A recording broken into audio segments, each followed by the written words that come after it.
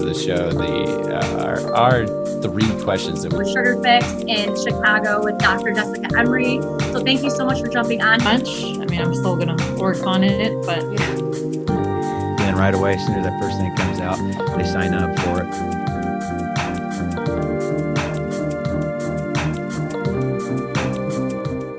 You are listening to Dental Tech Chat, learning from trendsetters and industry leaders in dentistry. We bring Dr. Grossi on the show to discuss how he will help positively influence the dental community with sharing his knowledge and experience. He also will be going over the digital technology he uses within his practice and going over our three key questions, which has been a hit or miss in his dental practice. We are looking forward to hearing from Dr. Grossi. So without further ado, I will now introduce him onto the show. Hello and welcome to Dental Tech Chat. I'm your host, Allie, and today I have the pleasure to introduce you all to someone very special to me, Dr. Bobby Grossi. He is a practicing dentist and the owner and founder of Grossi Dental and Wellness Institute located in Flint, Michigan. So without further ado, welcome to the show. How's everything been over there? It's been great, Allie. Thank you for having me. First and foremost, thanks for the warm welcome. But no, it's been great, man. I mean, 2020, you would have thought we had different goals when we first started out, and we got a little side rail, but at the end of the day, I'm very blessed, very fortunate to do what I do, and very fortunate that a community still rallies behind us. And I'm so glad that we can serve people. So I'm doing great, doing great. I'm so happy to hear that. And I know with this year, it's all something we didn't expect. We're all pivoting, we're all adjusting. And I've got to say, you've been really doing such a wonderful job, I think, connecting this community and being so positive. As you said, you've been taking with the blows. I know your office has been going through some hardships as well. And I'm just really happy to hear you continue to keep motivating and continue to push through this hard and difficult time. So happy to have you here and really excited to hear about your dentistry and what you've been using in your practice. Awesome. Yeah, so this really brings me into, I want to, before we start, hear about your passion. Like you said, I know you are the passion doctor. You really do such a great job sharing on LinkedIn and all of your social media. If you guys have not already checked out his social media channels, you need to. I will link them below. You need every morning a little push to get you started. I watch your videos. My favorite video by far is your passion is key. Like, you cannot do anything without putting your drive behind it. And I can just tell with your work, it's your connections. You really do put it in. It does not go unnoticed. No. Well, I mean, just to touch on the passion thing, I mean, just a quick little story about me and what I represent. When I was born and raised in Flint, single mom raising 3 kids, it is what it is, but didn't have a lot of anything, didn't have a lot of money. And my grandpa, who is one of my greatest mentors, he raised me with my mom. He passed away February 3rd, 1994. And that's when I decided to become a dentist. He died of throat cancer. So I tried to, at first, dedicate my whole life to making a difference in dentistry. And then I realized there was a part of me that, because I was raised by a single mom, and there was a part of me that I felt like I need to serve. And at first I thought I was doing dentistry, and then I started doing motivational stuff, and I was lighting some people up in a different way. I think sometimes what people don't realize as dentists is not only are we healthcare providers, but sometimes we're psychiatrists, we're trainers, we got to get people through hard times. And so my ultimate goal is to lead by example, put smiles on my kids' face, have my wife proud of me, but at the end of the day, serve a community that's been so gracious to me. So that's why I do a lot of the motivational stuff. Truly inspiring. I see you just glow. It ambiances off of you. I just love that. And you really are, like you said, you've gone through some hardships, but I think that is what, look how far you've already come from all that. And it's got to be so wonderful, to keep pushing through. And just, I think overall, like you said, just really being the epitome of just trying hard, don't give up, see the light, push yourself. And if you love something enough, you'll continue to keep growing from that. So yeah. I think, growing up, I mean, I probably was least likely to succeed. I had kind of the ADHD personality, and, they didn't diagnose it then, everyone has it. But I think at the end of the day, all you can ever ask for, and this is what I want people to hear. I know we're talking dentistry, but at the end of the day, this is what I want you to hear, is that 80% of us are pretty much the same. You got 10% of us are really intelligent, 10% of us are, maybe not, but 80% of us kind of fit in the same mold. And people always say to me, what separates you from this? I said, really, it's just your drive and your passion of where you want it to go. I mean, every one of us can be a dentist. Every one of us can be a doctor. Every one of us can be a mechanic. Every one of us can be a plumber. And our job title does not dictate who we are.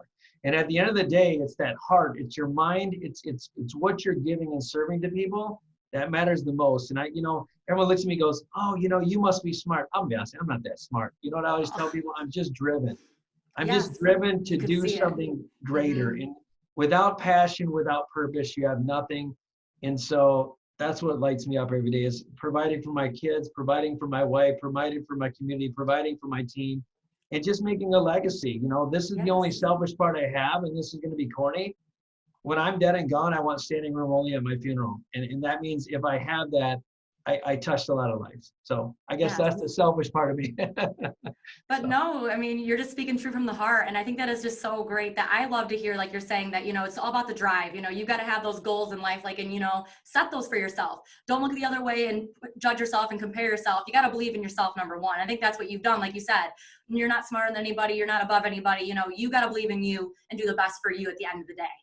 Absolutely. You know, what wakes you up every day? What's going to motivate you to be the best version of yourself? And I think that's really, truly holds dear to your heart. And I know for me as well, like you said, you know, what makes us all different? Being who we are, you know, do to your best of your ability. So that's really awesome. Yeah. Thank you so much. That's awesome. Yeah. Your entrepreneurship and leadership, that's where it's like been so key to learn, because I know as a dentist, it's not something you learn. And I think you've been really taking that by the reins and run it home, you know, so it's not easy, not something you get taught. And I know a lot of dentists say that's how we've been learning. And using virtually this year, it's been really cool to learn how more dentists are getting the business side from a lot of the Zoom conferences and podcasts out there. Yeah. And I'm actually like, one of my passions is to motivate young dental students and mentor them. And so there's a lot of times I've been doing a lot of free Zoom calls. That's why you'll see the dentist CEO behind me.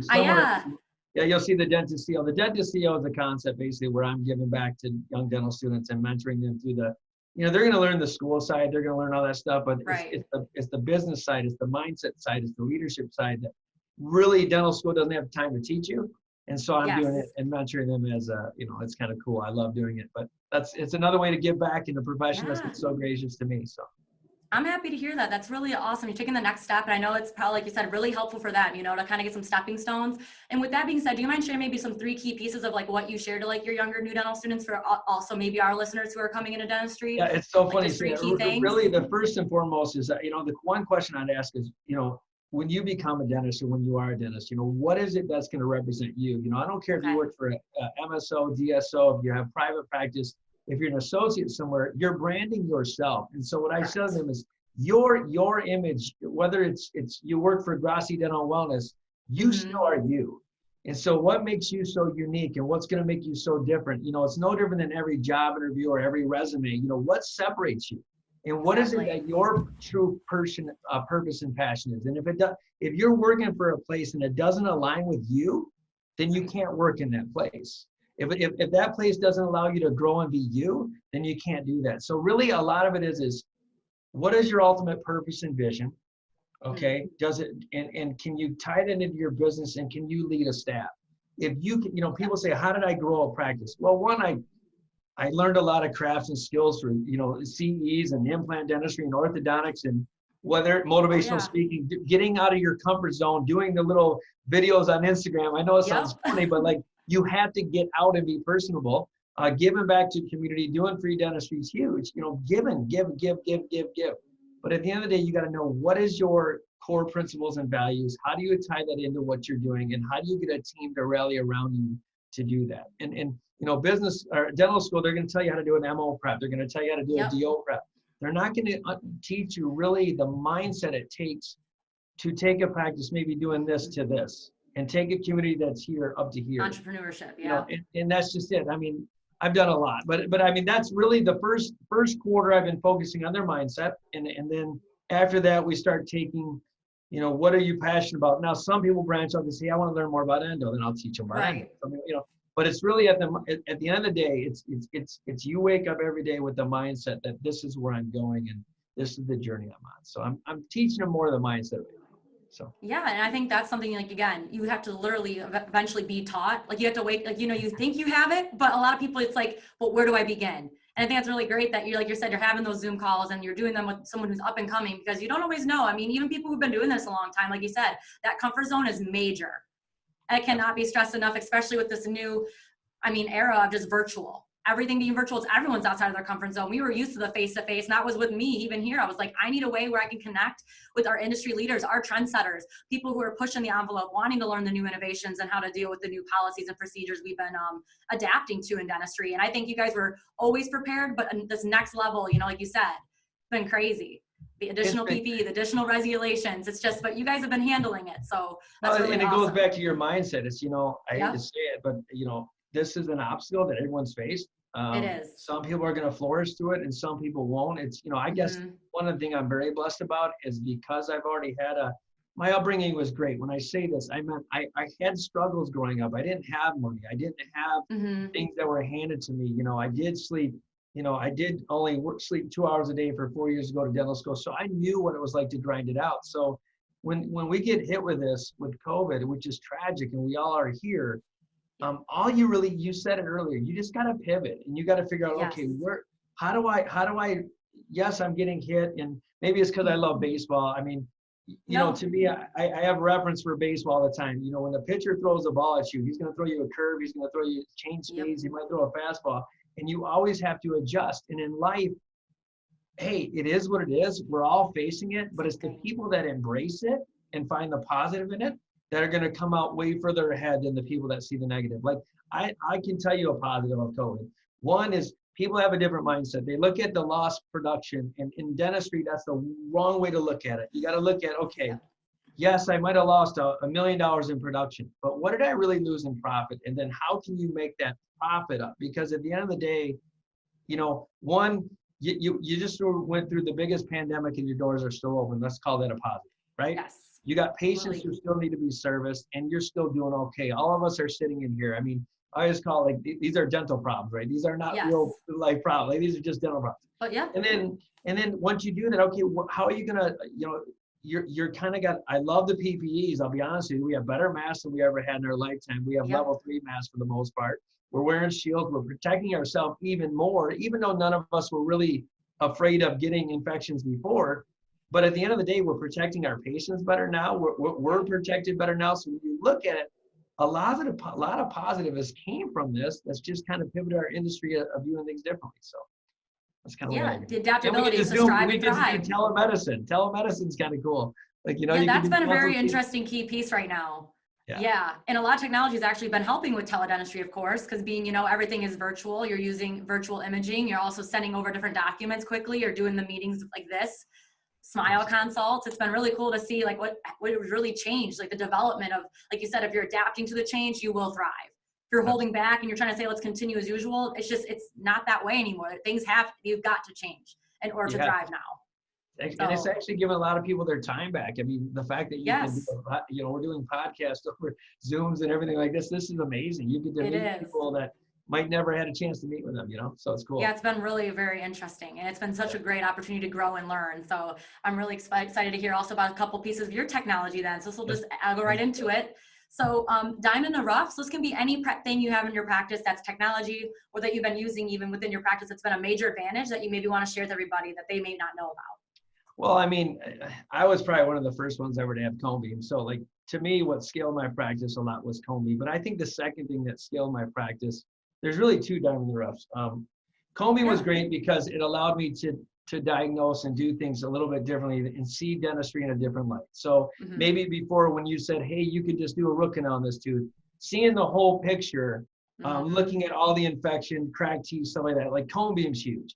But actually, just my digital scanner, you know, I have a Prime scan. I had, not to endorse people, but I use a Prime scan, and it's been amazing to me, the fact that, you know, I'm able to use technology not only to educate the patient, but the patient becomes more involved in their treatment. Like, they get to see things on real life screen, and they're like, what is that? Oh, that's your mouth we're scanning in.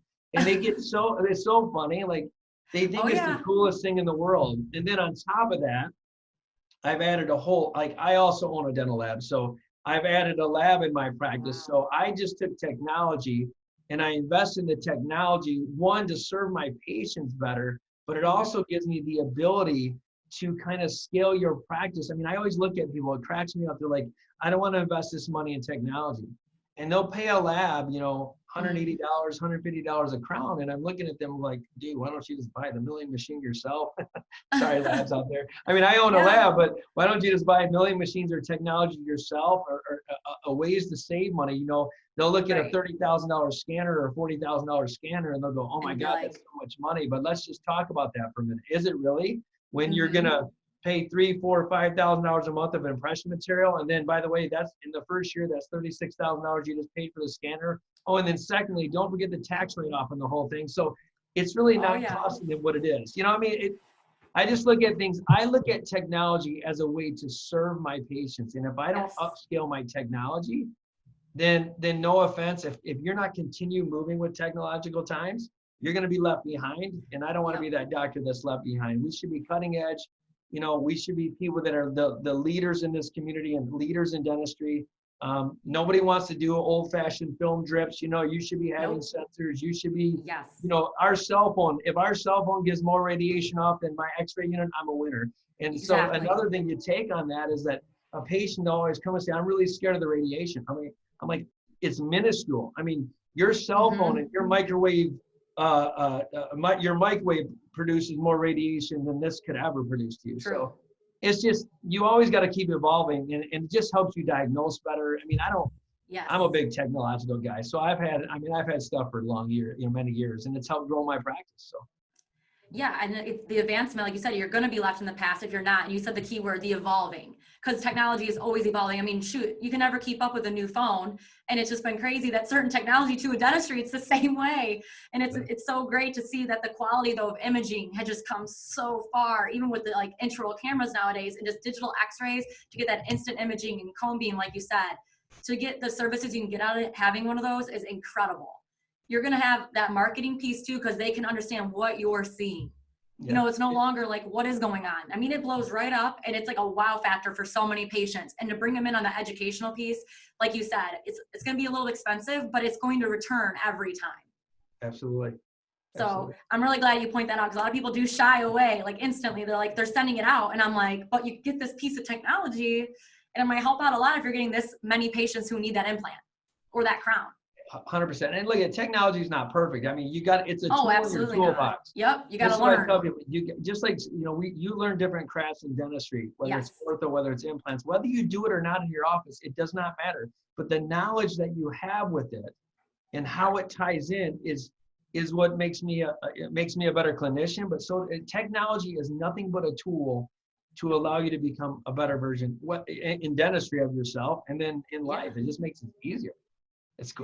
I love it. So, and that's why for me, like, it's just been so interesting to hear about also all the other pieces of technology, like the lasers people have been using now, and the cavity detectors. It's just incredible what it can do. Like you said, expanding your knowledge. Of course, you got to do the research, because everything is depending on your specialty as well. Yeah, you know, some dentists, you know, they're going to want to do almost A through Z on, you know, what they can offer. But, you know, some people are very specialty, and that's fine too. But use the tools that enhance your dentistry. Absolutely. I couldn't agree more with you.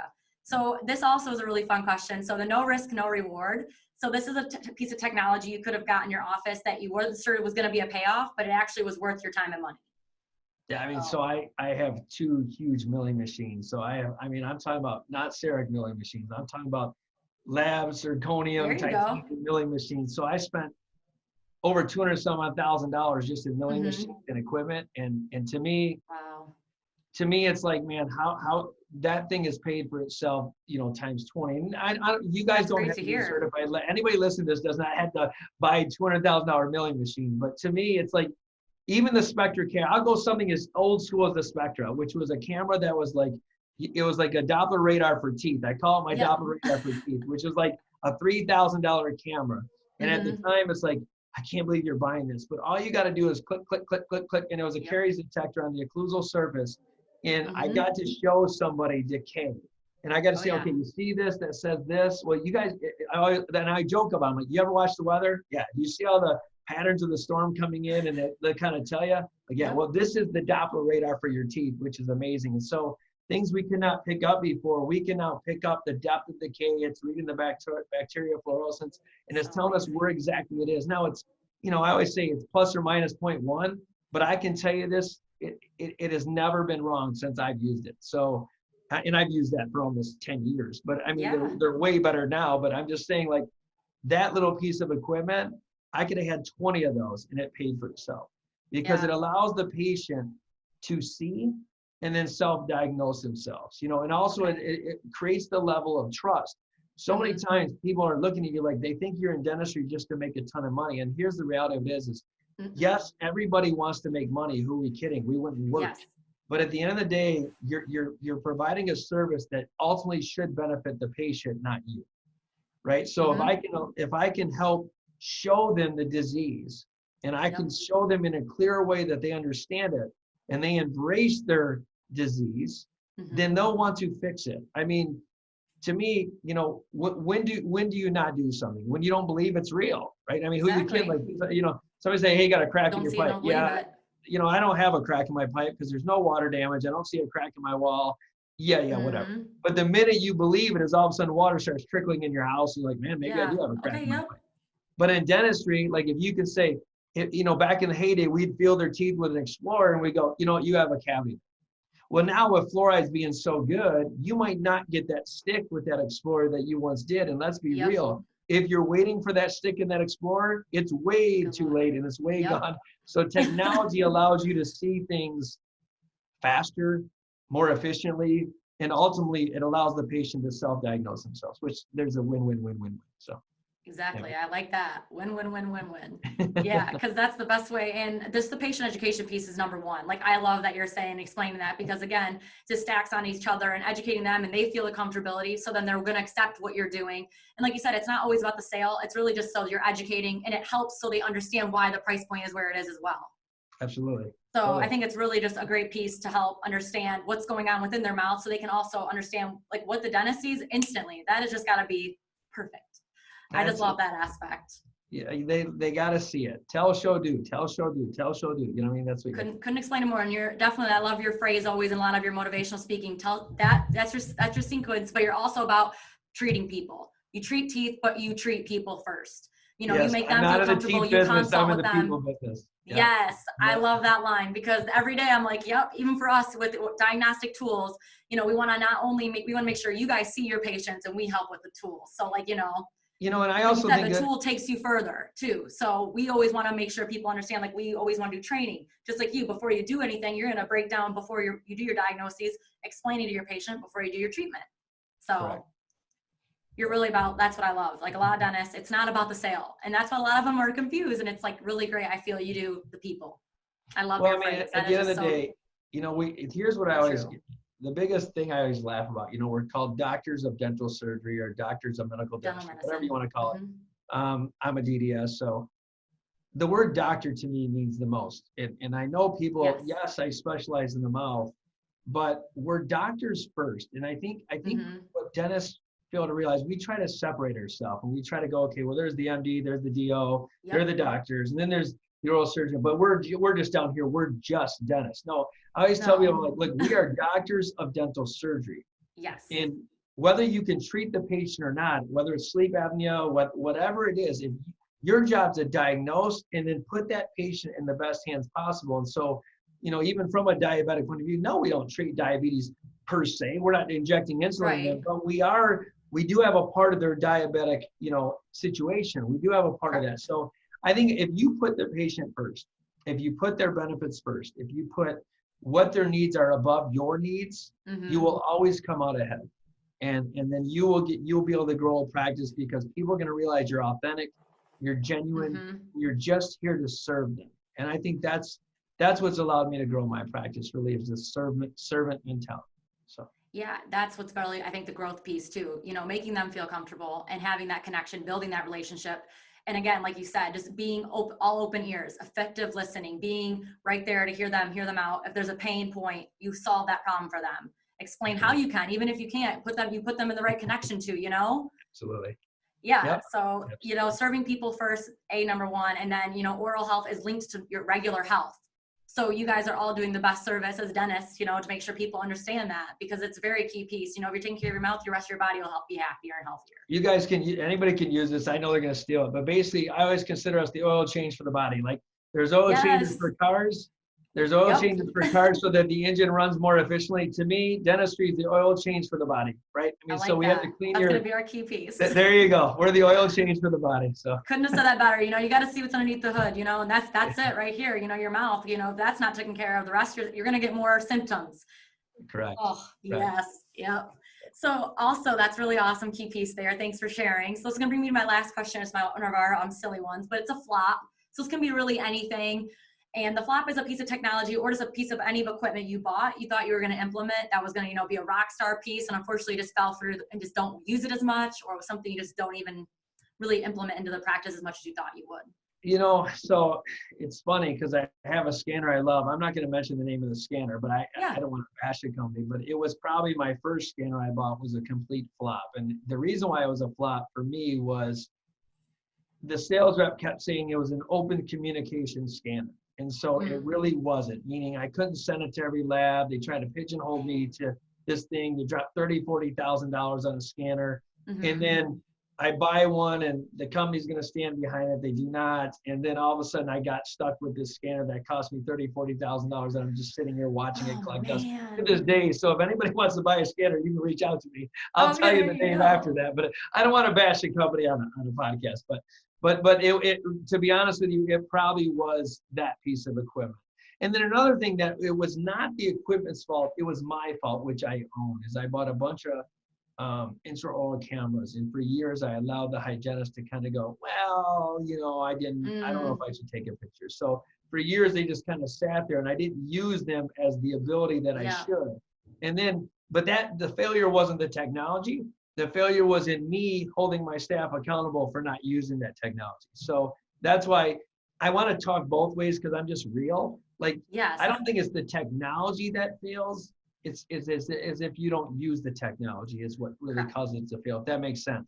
But as far as the scanner I got, I was told it was an open system. It was more of a closed system, which then pigeonholed me to going one way, which nobody likes to have a closed-minded idea or anyway. And so that piece of equipment, it's not that I gave up on the technology. I just bought a different piece of equipment that can do what this one could do, but was open. So that was my flop. It's the same piece of equipment was my win is also my flop. So it's kind of crazy. Well, it is crazy, right? And you just hit on a key piece, implementing technology. I think we go over this a couple on my podcast, but like, you're so right. You've got to do the research overall. And I think so many dentists are connecting on that level now. It's like, you have to know how to implement it too. Make sure your team is on the same page when you implement a piece of technology, because it will change some of your procedures. It will change your workflow. But if you install it and research and implement correctly, and you have the right dental partner to help make sure it all goes seamless, you should be fine. So that's really great. I'm sorry to hear that one didn't work out so well because of how they said it was open, because that's, tragedy. But like you said, I'm glad you found a scanner that's working for you now. Yeah, it is what it is. You live and learn. I mean, if everything works out, come on, you just live and learn. So yeah, couldn't said it better.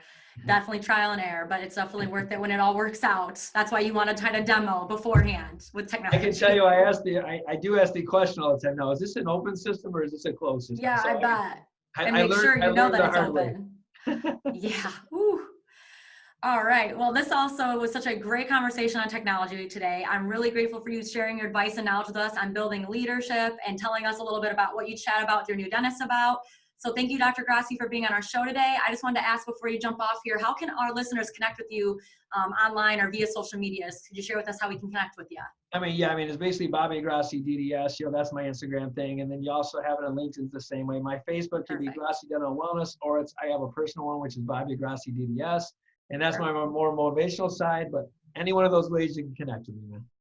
Well, thank you so much for being on here today. It was such a pleasure to chat with you about dental tech and a little bit about your inspirational speaking. You're so awesome, man. Thank you again for jumping on with us, and I hope you have a great rest of your year. And thank you, Allie. Thank you so much for having me. It was such a pleasure to have Dr. Bobby Grossi on our podcast today, as he went over with us the key aspects it takes to make a great leader and using his entrepreneurial skills and helping develop new dentists into becoming entrepreneurs, and what it takes to be a great leader and helping understand what it is to make your own brand and to be your best self.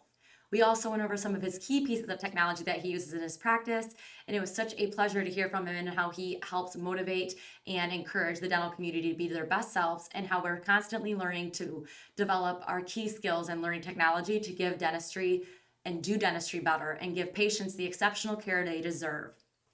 We also want to talk about how Dr. Grossi is also truly such a passionate dentist in helping people, giving them a smile that they will love. Dr. Grossi is also an author of 2 books that he put out into the community for changing the face of dentistry, and your dentistry is not hereditary. He is also a motivational speaker, as I said, and an entrepreneur himself, as he has his own practice in Flint, Michigan. If you want to go check Dr. Grossi's practice out, he is located again in Flint, Michigan at Dr. Grossi's Dental and Wellness Center. He is such a kind, caring, and a passionate dentist, If you want to follow him on his social media channels, you can figure out he is such a passionate dentist because he shares such great topics using his motivational speaking and having short video clips on wonderful topics such as believing in yourself, that passion is key, and showing up as your best self and making sure to always have a positive mindset to show up and do your best job in whatever you choose to do. He goes above and beyond in his practice by using technology to help advance his practice and using modern edge cutting technology so he knows how to properly educate his patients on what he's doing for his patients and giving them the exceptional care that they deserve. Again, he went over the pieces of technology that he loves in his practice that he could not live without. If you guys want to check out his social media channels, they're all linked below. Thank you guys again for watching Dental Tech Chat and supporting our channel here on YouTube or wherever you listen to our podcast. Thank you guys again for supporting and watching our podcast channel, and we'll see you in our next video. Bye, guys.